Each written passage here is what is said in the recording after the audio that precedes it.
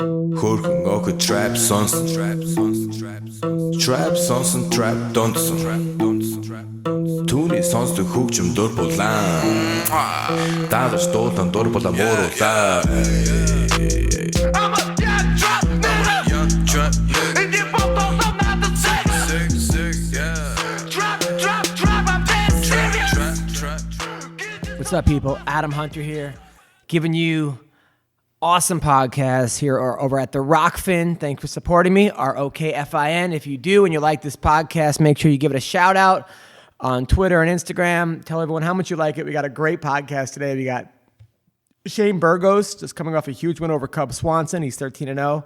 And Brandon Davis, okay, from Mississippi. Both have amazing stories, both great fighters. I'm excited. Listen, a lot of people are hesitant to try hemp-derived CBD oil because they just don't know where to start. There's so many different products and brands. It's hard to know which one is right for you, how much to take, when to take it, and how to know if you're getting too much. Well, there's a family-owned business over at Nature's Oils Online, and they will provide the highest quality U.S.-grown hemp-derived CBD products. Also give personal guidance on choosing the right product and finding a dose that works for you. Their hemp is grown in the U.S. without the use of pesticides and is mixed with organic MCT coconut oil. Each batch is third-party lab tested for potency and purity, and the results are posted on their website. They have full variety of products, including full spectrum or whole plant hemp oil extract, hemp-derived isolate tinctures, hemp and emu oil pain balm, and full spectrum CBD dog chews. All their stuff is available at naturesoilsonline.com. That includes free shipping within the continental U.S. Call them at 469-525-3131. That's 469-525-3131. And they're offering MMA Roasted listeners 15% off. Just use the code ADAM15 to get 15% off. Also, Speedweed. Marijuana is legal in California. It's legal. So get it delivered right to you. They deliver CBD, they deliver marijuana, they deliver everything, okay? Whatever you need, they will get it delivered as far as this marijuana-related products, okay? But also THC sex lube, which me and my wife use. We love it, as well as edibles and you name it. They got it, okay? Mention Roasted for 10% off. Orders $100 or more. They're great people. It's Gino. He's awesome. He's awesome. So I hope all you guys are doing well. And theme of this podcast is you get set back. You got to keep moving forward. That's what you want to do. I've had so many setbacks. I had in Montreal, like my 5th call back, and they wanted to see me. And I was so excited. I get to the comedy club, and there's like a table of a group of 90-year-olds there that just came in from Reno, some kind of bus. And I'm on stage. There's nobody in the crowd except for them. And I'm like, oh, I like older women. And the lady threw a menu at my head, hit it point blank. It was like Nolan Ryan's grandmother. Okay, my head swole up. It was awful. I didn't get it. Okay, I've had TV shows that I've sold to the network. We shot the pilot. Pilot folded. That happened at Fuel and over at another show, Esquire. Okay, I can't tell you how many shows I bombed at and how many things have gone wrong, but you just keep going, okay? Life is a fight, and you're in the fight, and you win the fight because eventually the person you're fighting breaks their hand on your head, and they can't continue, and you're still there, okay? It's a bare-knuckle boxing match, all right, with life, and you got to just keep going. All right, this guy, Brandon Davis, he's in the UFC. His 4th fight was against Zabit. He started off his career 1-2.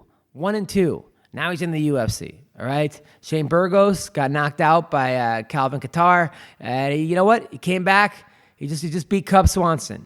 You got to keep going. All right. Don't let shit get to you. All right. It's gonna get to you. Let it get to you. But move on. Okay. Don't dwell on the negative. Stay positive. Don't focus on other people.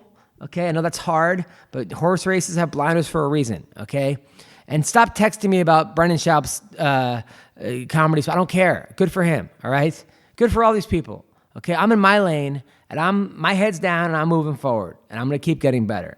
And find something that, you don't have to depend on everyone else for, because people are going to let you down. But I found stand-up comedy because I can get on stage every night. It's me, bam, okay? That's why I like individual sports. You can't blame the team, all right? It's you. It's you. Be the best father you can be the best husband. Don't go out and cheat and have that on your conscience, all right? And if you do cheat and you fuck up, apologize admit it, and move on. All right, don't have it weigh you down. But I don't want to preach. I know from experience that when I was in Hyde boarding school, Malcolm Gall used to always say, like, the little things. You don't want to be on the foul line and the game's tied and there's no time left, or you're down by 2 and you got to tie it up. And then in the back of your head, you're like, oh man, remember that time I lied, or remember that time I did this, or maybe that person I cheated on, or maybe that I didn't work hard, or that practice I skipped, or the whatever. You don't want to have that. You want to know, I deserve this. If you miss it, you miss it. But you want to know you put yourself in the best possible situation to win. All right? So let's talk to Shane Burgos, and then we'll talk to Brandon Davis. And thanks for listening to the podcast. Hey, Shane Burgos, how are you, man? Hey, what's up, man? How's it going? Dude, no, I know how that is, bro. I got a little baby, too. How old's your baby? She's 2. She just turned 2 at the end of February. 2 years old. Is that your only kid? Yeah, only kid, yeah. Nice. Now, I have a 9-month-old. My kid naps. Like, she starts rubbing her eyes, so I know she's tired. Did your baby still rub her eyes, and that's how you could tell? Yeah, 100%. She's always done that. But there's a certain time around the day that we know that she starts acting up that, all right, it's that time. She needs a nap now. Now, do you put her down and, make her go to sleep, or do you wait for her to go to sleep? No, I mean, if she falls asleep on her own, that's awesome. But most of the time, we read her a book. We do a little bedtime routine, and that's what usually passes her out. But if she's not having it right now, she's freaking out. Nice. You don't show her, fights where you got, dropped, and you're like, this is what I want you to do, kind of a thing? By the way, congrats on your big win over Cub Swanson. That was awesome. Oh, thank you, man. I appreciate it. Now, how nervous were you when you heard split decision? That was more nerve-wracking than walking out to the fight, being in the locker room. That made my heart drop, man. I'm not gonna lie. You lose that fight, that's half your money down the drain right there. And how do they? I mean, I don't know. I'm a big Cub Swanson fan. I've known Cub. I hung out with him. Yeah, but I didn't see how that was a split decision. I agree, man. I mean, one of the judges, I guess, thought it was. I mean, maybe I don't know what he was watching. Maybe I don't know. I feel like I landed. I mean, if you look at the stats, I landed more strikes every single round, and on top of that, I was advancing forward every single round. So I don't know what more to give him, but it is what it is. I got the win, so I guess I can always focus on that, right? Was he tougher than you expected? No, he was exactly what I expected. Not tougher, not less tough. He's super tough. He's extremely hard to finish. I definitely wanted to finish. It didn't materialize, but it went almost exactly how I expected. Just didn't get the finish, which is what I always look for. He's a hard guy to put away, though. I mean, that guy. I mean, you watched him in his fights with that Korean Wonder Boy. I mean, so some of his fights are just they're wars. He's been in so many wars. That guy. 100%. That's why I was fully ready to go 15 hard minutes. But I just always see myself finishing. I pride myself on being a finisher. So to not finish, that irks me a little bit. Now, you were born in the Bronx. Did you grow up in the Bronx? Yeah, I lived in the Bronx until I was in 5th grade. Moved up here in 6th grade. Now you're in Brewster. Is that upstate New York? No, Monroe, New York. It's about an hour away from the city, and about an hour south of Albany. Because I'm from Long Island. I went to SUNY Binghamton, and Long Island. Yeah, Long Island's like an hour and 20 minutes away from me. Yeah, and then so are there who do you train with over in kind of upstate New York? I don't really do my training yet. I do most of my training in Jersey. I travel 40 minutes to the gym every day in Elmwood Park, New Jersey. That's where I train with Julio Arce, Mike Joseph, all those guys fighting this weekend. Jimmy Rivera, Lyman Good. Oh, wow. Nice. Yeah. Those are some good I mean, Jimmy Rivera is a monster. Yeah, he helped me a lot for this one. I thought he was one I mean. Nice. Now, do you have, I know you wanted to fight in August. Have they offered you an opponent yet? No, I haven't got anything yet. I'm just staying ready, relaxing. I'm not trying to give my body too much. I mean, even though I didn't walk out the fight with too much bumps and bruises, but the training camp, man, I busted my ass for those 6 weeks. So I got to give my body that 2-week break of just not killing myself right now. And next week I'll get right back into training, full training. Now, I saw that you were a black belt in Tiger Schulman. Now, when I was a kid, I know Tiger Schulman's a badass, but when I was a kid, it was like there were so many Tiger Schulman karates that almost became a joke. Like it was everywhere. Everywhere was Tiger Schulman. But now I feel like there's less Tiger Schulmans and people are taking it more seriously. Yeah, 100%. I mean, if you look at the fighters we've produced, if you don't take it seriously, that's 100% fine with us because we're going to beat you. Yeah. That's how it goes. We started out with Tiger Schulman's karate stuff, and I started out right when they were making the transition from Tiger Schulman's karate to Tiger Schulman's mixed martial art. That's when I started out. But they've always been doing mixed martial arts. They've been teaching grappling, and full contact sparring, kickboxing for decades now. So did you do any wrestling when you grew up in Brewster? Did I do any what? Wrestling? No, not at all, actually. I did wrestling in gym class once, and I thought it was awesome. But then at that time, I just signed up with Tiger Schulman. I started training in 9th grade. Wow. Okay, so you go to so you're a black belt in karate. You graduate high school. Do you go to college at all? I went to college for about a year and a half, but it was like, I don't even know if you want to count that because I really didn't show up most of the classes. And then, okay, so then when do you decide to become a full-time fighter? Well, I mean, I had my first fight in high school. My amateur debut was an MMA fight in high school. I was just turned 18, then 2 months later, my sensei got me a fight. So I had my first fight in June of my senior year, and then as soon as I started training, I knew what I wanted to do. I tried the school thing, man, and it just didn't work. I didn't see myself sitting behind a desk doing a 9 to 5 or anything like that. So I just knew whatever I was going to do in life was going to be mixed martial arts related, whether it be a fighter, a commentator, something. Right. Now, did you ever have to have a full-time job? So say that again? Have you ever had to have a full-time job? Yeah, I was a full-time instructor at Tiger Schulman. I was the head instructor at Tiger Schulman's Martial Arts in New Windsor, which is about 15, 20 minutes away from Monroe. Wow. So, now, is it hard? Like, I always wonder if it's hard for the instructors when they have fights coming up, because I used to have a couple instructors, and I used to take at boxing class at New York Sports Academy. Our instructor would always lose. He would come in with like black eyes and like just get knocked out, and then to the point where we were like, I'm not sure if we should be learning from this guy. Is there pressure being a teacher? Yeah, a little bit. Your students look up to you, and I mean, it's not just your family and your friends. And you got a lot of students too, so yeah, it definitely adds a little more pressure. But I love the pressure. It doesn't really bother me too much, and thankfully, I didn't lose any of my amateur or pro fights coming up at the UFC, so that worked out. Yeah. But it definitely is hard working a full-time job. I would wake up in the morning, I'd train, I'd come home for about an hour or two, then I'd go, I'd teach about 5, 6 classes, and then I'd train again at night, and then do it again the next day. So yeah, it was definitely hard. Wait, you have 5 or 6 classes? You have 5 classes a day? Say it again? You said you have 5 classes a day? 5 classes? Yeah. Wow. The schedules vary. It's either 4, 5, or 6 classes. Yeah. Wow. Well, that's good money. I mean, you're making what, $100 a class? That's $500 a day? Not $500 a day. If it was $500 a day, it'd be a different story. But no, I was getting paid a salary though. Right. That's pretty cool. Now, do you own the academy, or you're just the head instructor? No, I didn't own it. We had a sensei, the same guy I grew up with since I was 15 years old. I just became the head instructor after a couple of years, and he became the manager. And then once I got in the UFC and I was making good money doing this, I decided to make this my full-time focus because it's hard being a full-time fighter and being a full-time instructor. And a full-time dad. Are you married, or is it a girlfriend, or a baby mama? What's going on there? Yeah. I've been married for over 3 years now, and my daughter's 2 now. Yeah. That's great. Wait, so she was with you before the UFC? Yeah. Oh, my wife? Yeah. I've been with my wife since my fourth amateur fight. Yeah.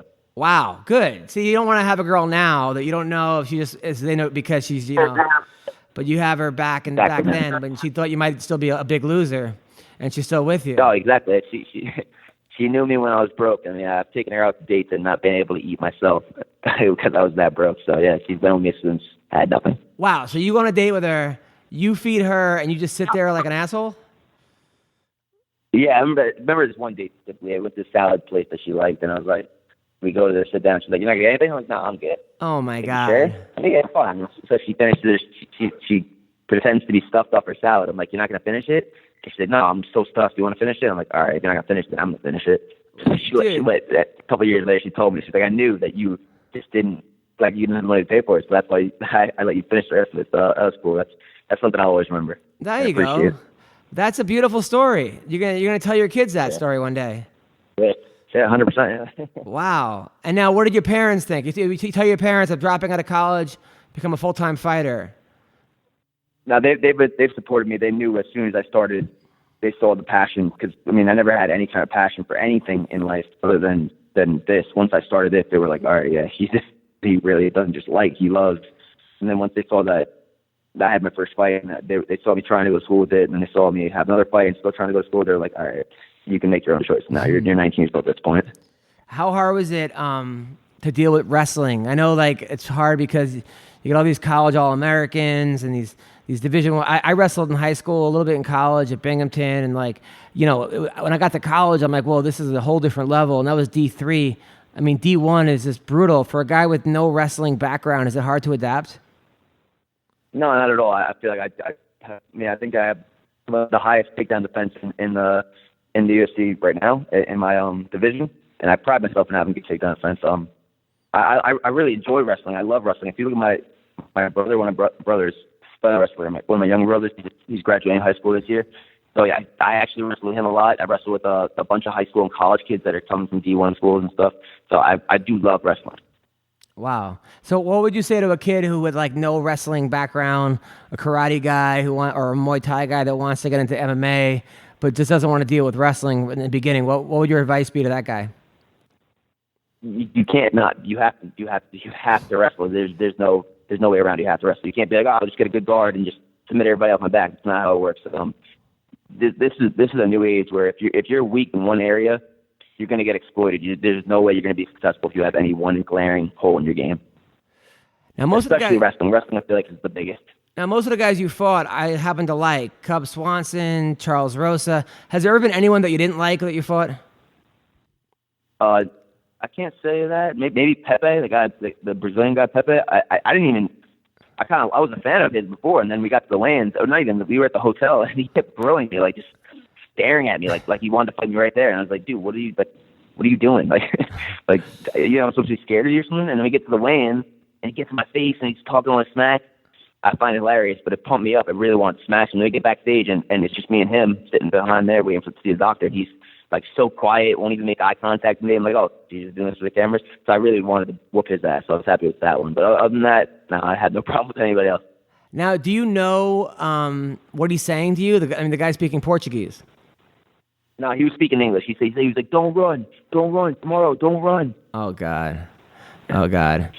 Now your first loss came against Calvin Kattar, who is a tough guy from Boston, a real veteran. That fight, do you think it was stopped too early? It is what it is. I'm not going to sit here and harp over it anymore. It is what it is. I've moved on. I've accepted it. I can't really do anything to change it, even if it was stopped early or late. It doesn't matter. At the end of the day, it says loss in my record, so that's is what it is, right? Right. I know. I rewatched it though, and I'm like, wait a minute. That seemed like it was a really early stoppage. Yeah, it is what it is. Dan Murgulev's a good referee. He's just watching out for our safety. So I mean, it is what it is. But your fight against Kurt Hallbaugh, oh my God! First of all, I mean, he rocked you. It looked like he rocked you. You went to the ground and pulled a perfect armbar. I mean, it was right. It was an armbar. It was an arm or triangle. Was a triangle from the bottom? Yes, armbar. Armbar. It was amazing. It was so quick. Now, how do you do that so quick when you're rocked? I wasn't. I mean, not.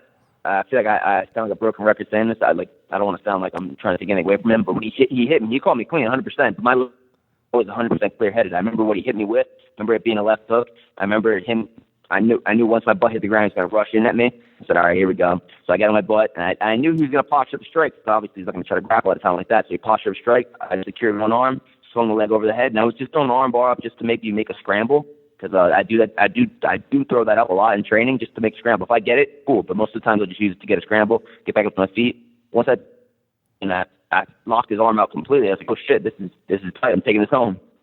So it wasn't like one of those things where you've done it 5 million times in practice, so it's just second nature. You could do it even if you're rocked? No, I definitely do hit that move a lot in practice when guys posture up. But like I said, I'll do it a lot of times, and the person will just rip their arm out, and then we'll get up into our feet. It'll be a scramble. But I just got it in so deep, so quick that I knew I had it. Now it seems like some fights your chin is amazing. Like you take it just like boom. Other fights it seems like sometimes you get rocked. Is it like do you have a bipolar chin? Or is it just certain punches you don't see coming? Or do you have how would you rate your chin? I rate my chin 100%. I've only been put down in my life twice, and I was in the Qatar fight and then in the Holloway fight, and I didn't feel like I was anywhere near being put down against Cub. He did hit hard, but I was kind of clear-headed. But I've never been dropped in training. I've never been dropped in any other fight. So that's literally 2 times in my entire life that I've been put on my butt. Wow, that's impressive. I mean, is there any way to train your chin? Just like, because for me, is there a way that I could, so if somebody hits me, I won't fall down? That's a good question. I don't know about your actual chin, but I do a lot of neck work. Like, I don't know if you see all those the training videos like the Mayweather and them do. I don't even know how to call it. What do you call it? Yeah, we put the kind of that like headband weight thing on your neck. Yeah. Yeah, exactly. Yeah, so I do a lot of that to strengthen my neck just to be able to absorb shots. I think that helps. Yeah, no, it's amazing. I mean, you're a complete badass. I think that you're gonna be a champion one day. I can't see guys that can. I mean, you're just like everything is strong. Like if you were in a video game, I can't see any weaknesses. Speaking of video game, man, when am I gonna get in that EA Sports game? Dude, it's up to me. I don't know, man. I'm not the one who makes the game, but I don't see any weaknesses with you. I mean, the only weakness I could see is that you're a nice guy and you're respectful. And it seems like right now we're in this like attitude era of fighting where like if all of a sudden you were like a hardcore Trump supporter and you're like fuck illegal immigrants and then you wore a MAGA hat, people might give you a better. You might be rise to the top quicker. You know.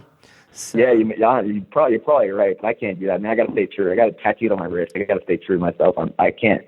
It'll come off corny if I try to force it. And you see some of these guys trying to force it, and I think it comes off cringy when you see guys that are just trying to be something they're not. So just be you, man. But it's funny because I was having the same conversation with Colby Covington like years ago. I'm like, Colby, you're getting looked over. You know, you're a good fighter, but people it's bullshit. And then next thing I know, he like ran with a gimmick, and then he made a lot of noise, and he's doing pretty well. Is there a gimmick you could have? Like maybe you could be like the faithful husband or something, or you could like. I don't know. Maybe I'll let you can handle that. You can find my shtick, and then we'll go with that. I'm serious. For him, so. We got to think of something. I mean, you're a nice guy, like the college dropout or something. You could be like there you go. There's got to be something that you. Because I hate to say it, but it just seems like that's where this is heading, you know? No, I definitely hear you, but I feel like I'm going to keep letting my fighting speak for itself, and as long as they keep putting me on these good spots and these cards, I feel like the eyes are going to get on me eventually, and I got a lot of pop after my last 3 fights, so. Yeah, of course. Just by the way I fight, I feel like I'm not I feel like I'm a fan-friendly fighter. When people see me fight, after they see me fight, I feel like they're automatically going to be hooked, and before, they're looking forward to my fight. 100%, and you're a monster. I kind of felt bad for Cub in this fight because I'm like, honestly, I was like, fuck. I like didn't want Cub to fight you because I don't know, man. I love Cub and I love some of these older guys, but I just feel like you're like part of that new young crop of fighters that's like hungry. And also you're focused. You know, you got the baby. I call you. It's like you're putting the baby to sleep. You got the wife. You're an instructor, so you're like a role model. You're not going to be out doing cocaine or doing steroids or anything else. So it's like I think you're going to be a monster. So it's good. I mean, I think that is there anybody that you want to call out or that you called out? No, there's nobody that I want to call. I mean, I'm in the top. I think I'm ranked 13 now, so whoever's in the top 15, it doesn't have anyone that's going to get me closer to the title and be a fun fight and fun matchup for the fans and for myself. That's what I'm down to fight. But Shelby does a pretty good job at giving me those kind of matchups that are just fun. So I'll let him handle that. Maybe you're like the upstate townie. That could be your thing. Like you're like the townie. Because that's fine. I'm outside right now. I live in a pretty small town right now. I'm relatively outside. The Brewster Townie. I like it. The Brewster Townie. Monroe. Sorry, Monroe. The Monroe Townie. Well, listen, Shane Burgos, man, you keep fighting. I'll keep watching. Thanks for taking time out of your day to be on the podcast. Best of luck to you and everything, and good luck with your career, man. No problem, man. Thank you for having me. I got to come see one of your shows one day. And I'm in New York City this week. What's that? Thursday night I'm at Gotham Comedy Club. Friday night I'm at the West Side, and Saturday at the West Side Comedy Club at 9. And then midnight I'm at the Greenwich Village Comedy Club. All right, man. Well, I'll text you the info. All right, that sounds good. All right, thanks, Shannon. I appreciate it. Thank you, brother. I appreciate it. Have a good one, all right? You too. Hello, is this Brandon Davis? Who is this? It's Adam Hunter. You're on the MMA Roasted Podcast. How are you, man? Good. How are you? Good. You're in Mississippi? Yes, sir. Nice. Is that where you grew up? I grew up in Georgia. Oh, nice. And how'd you end up in Mississippi? Just came out here to go to college. Oh, yeah. I was doing research on you, man. I didn't realize that you started training at age 20. You got kind of a late start. Yeah. Huh? Whenever I went to Mississippi State, I saw this sign, and it was like Jiu-Jitsu, MMA, and it was like gi Jiu-Jitsu, and I was like, what is GI? Didn't even know what gi was. And then I was like, fuck it, I'll try it. And I had this pin in my finger where I'd been in like a little street fight. Yeah. And I had when I punched the dude, it broke a bone and tore the tendon, and like the doctors put a pin in it, try to straighten it out. And it still, whenever they took it out, it just went right back to being bent. But that's when I went in there and started trying to train. They were like, "You aren't going to be allowed to train with that." I was like, "Let me sign a waiver. I promise you, I'll be fine." And they let me sign the waiver and started going, and everything went from there. That's crazy. So you never had any kind of wrestling background or boxing background or karate, anything? No, nothing. Nothing. You walked into a gym, 20 years old. Did you play any sports in high school? Oh yeah, I played football, baseball, ran track. All right, so you're a pretty good athlete. Yes, really good athlete. Did you get destroyed in the beginning? Did you land a takedown? Or did you submit anybody? The first day? Yeah. I think we didn't even roll the first day. They didn't let us roll until like the third day. But I remember I was a white belt, and there's guys now that are black belts. I mean, I was a white belt. I'd only been doing it 3 days. But I submitted a couple of purple belts and a few, like 4 or 5 blue belts. But that was all like rear naked chokes and guillotines just because I didn't know anything else. That was on your third day? It was close. I want to say I got a couple blue belts on the third day, and then probably like a couple of weeks later, I got a couple purple belts because I didn't even go against any purple belts until then. I would have ran out of that gym. If you came in like in a week and you're already submitting purple belts and you just were off the street, were you like, this kind of, maybe this isn't the right place to train? I mean, I didn't know anything about like that. If you're submitting people like that, then you should be going to a different gym. But I stayed, and it was just me using strength and being athletic, and that was, I guess it worked. I mean, it shouldn't work against a purple belt, maybe a blue belt, but Well, I mean, it just happened. But I kept training there, and they have really good jiu-jitsu now. Like, their jiu-jitsu gym is really, really good now. well, you're doing really good, man. You just beat Randy Costa a couple weeks ago. Randy Costa was an undefeated kid with 4 first-round wins. I feel like they were kind of putting you up, throwing you to the wolves there, and you just embarrassed that guy. Yeah. I mean, I ain't gonna say embarrass him. He rocked me in the second round. So I mean, that's never happened in a fight before. So that was new. But I'm not embarrassed them, but I'm saying like I feel like they were kind of using you as a way to build the other guy up, and then you kind of. Oh yeah, I think so too. And then I feel like if I'd have lost that fight, they would have cut me. But like when I fought Kyle Bochniak, I felt like if I'd have beat him, which I feel like I did, then they would have cut him. So he like played the game where he like tried to come in and hit and run the whole time and ran away the whole time. I was fighting for my job too, but I'm in there fighting. I'm in there trying to throw down. Now I read that getting ready for that fight, you ran 20 miles a day. Yeah, not at one time. I'd run like 6.5 miles in the morning, 6.5 miles in the afternoon, and then 7 miles at night. That's insane. And you didn't blow out your knees or anything? No, I did have to go to physical therapy a lot. My knees would swell up, but they didn't blow out or anything. I mean, it wasn't just straight jogging. I would do intervals where I would kind of simulate a fight. Wow. So my intervals would be on the treadmill. It'd be you run 30 seconds, 10 miles an hour. Then the next minute you go 8 miles an hour. Then the next 30 seconds, 10 miles an hour. minute 8 miles an hour, next 30 seconds 10 miles an hour, next minute 8 miles an hour, and then you do that for an hour, and it ends up getting you 7 miles, usually 7.2 miles. Did anyone tell you to do this, or you just made this up? Well, I went to the PI to make sure that I could make 135 in the first place. Right. In January, the very beginning of January, and they were telling me that intervals help with this and that. So, I mean, they didn't tell me to do that, but I just kind of took it on my own. Like, all right, I'm going to do these intervals just to be in better shape too. Right. And I didn't get tired at all that fight. So how much weight did you? And so it worked. How much weight did you lose? I usually walk around 167. That's what I am right now, and got down to 136 or 135.8. Wow, that's a lot of weight.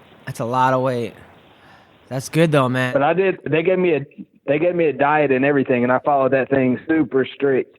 As far as like it cuts down a lot of the carbs you do, and the only time you take carbs is before you do a hard workout and all this. And man, it worked. You also gave up drinking, huh?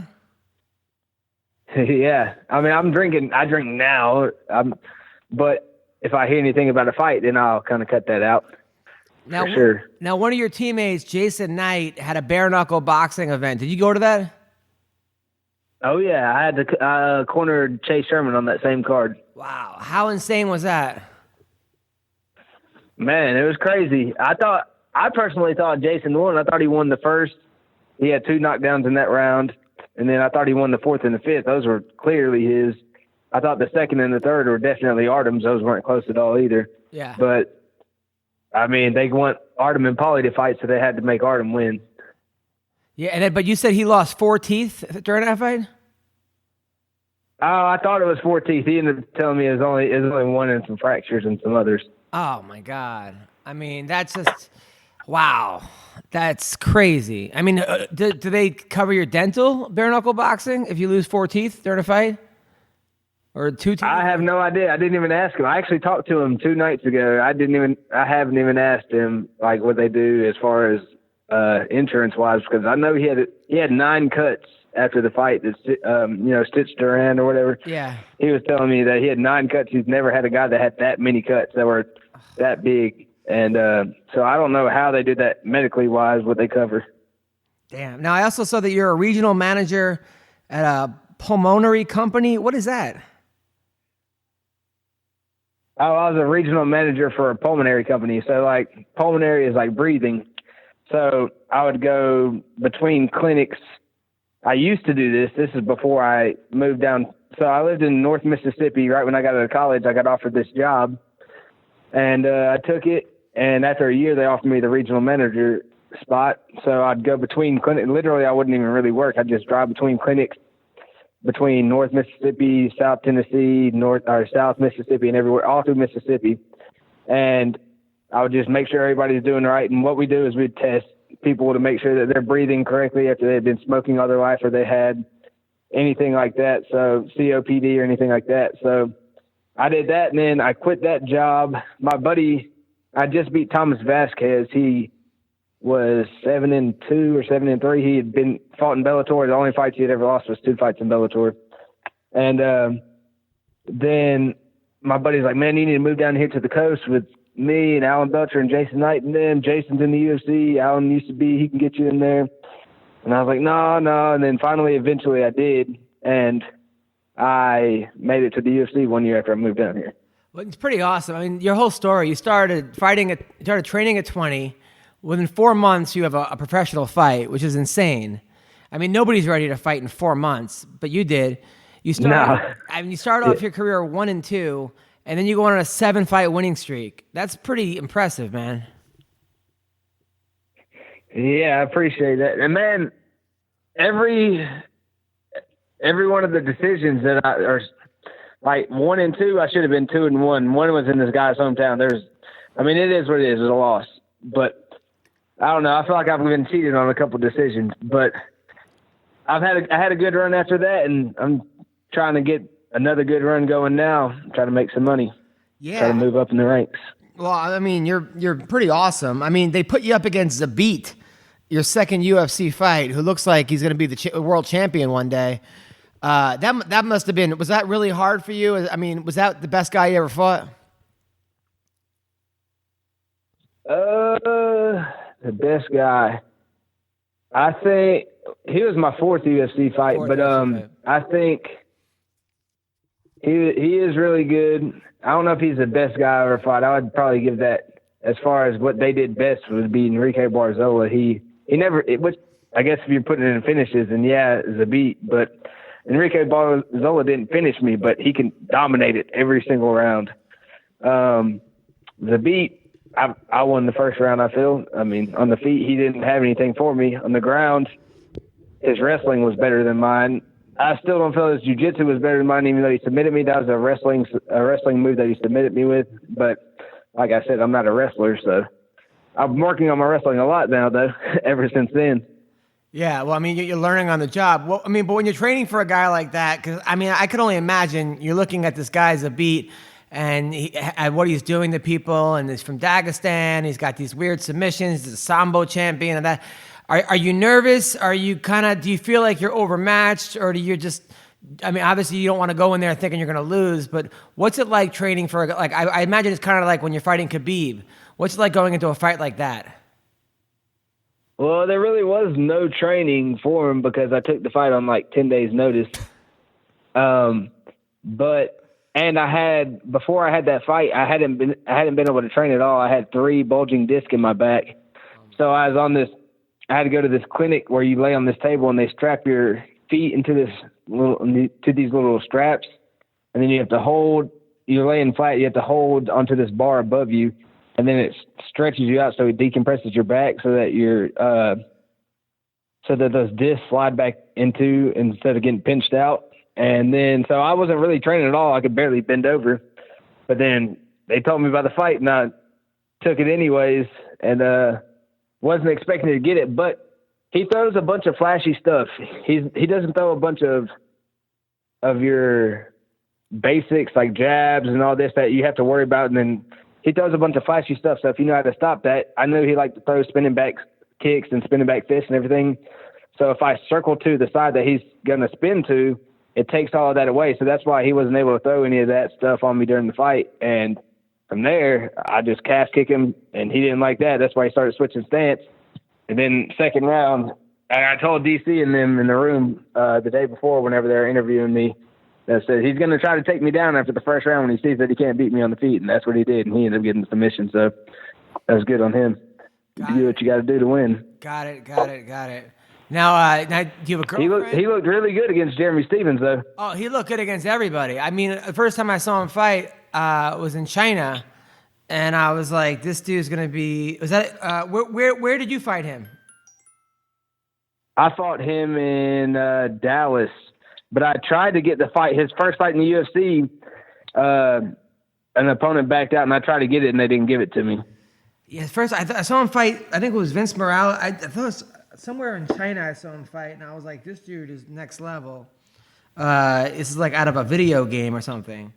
Oh yeah, he does. Like I said, he does a bunch of that stuff, the spinning stuff, and the stuff that's unorthodox. Yeah, and I would assume it's really hard to train for a guy like that. But I don't know, man. You have that country strength, man. You have that Mississippi mentality. You and Jason, Alan Belcher. Do you ever make fun of Belcher's tattoo or no? Oh hell yeah! I'm like, dude, what is that supposed to be? And then since he's gotten bigger, it's stretched out, man. That thing is ugly, hideous.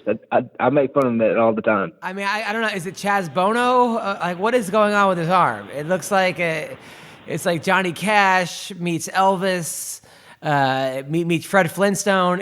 Right, it just keeps getting worse. It's insane. Dude, yeah. It's insane. You definitely cannot tell it's Johnny Cash. No, absolutely not. Absolutely. I mean, maybe Johnny Cash face down on like a drug binge or something, but yeah, it's bad. Now your nickname is Killer B. Did Ben Saunders ever get mad at you for that? Man, he people on Twitter and everything used to try to roast me on, oh man, you're not Killer B. Ben Saunders had that a long time ago and all this. And I'm like, Mine is an ER, his is an A, Killer. I'm Killer B, but they're like, oh, they're still the same and everything. And then he started going on there like, yeah, man, you try to take my name and this and that. And then I said something back. I can't even remember what I said. But I was like, man, I didn't take the fucking name, and I got this from I train with American Killer Bees, and people call me B all the time. So that's how that came about. But kind of like said something back to him, and then he messaged me and he said that he didn't mean anything by it. He was just trying to let people know that he saw it too and all this, and he didn't want and he hasn't said anything since or said anything about it since then. So he's a really nice guy. He's a really sweet guy. I can't see him getting mad about that. No, yeah. I wasn't mad. Whenever he said something, I was like, whoa, how am I stealing your name?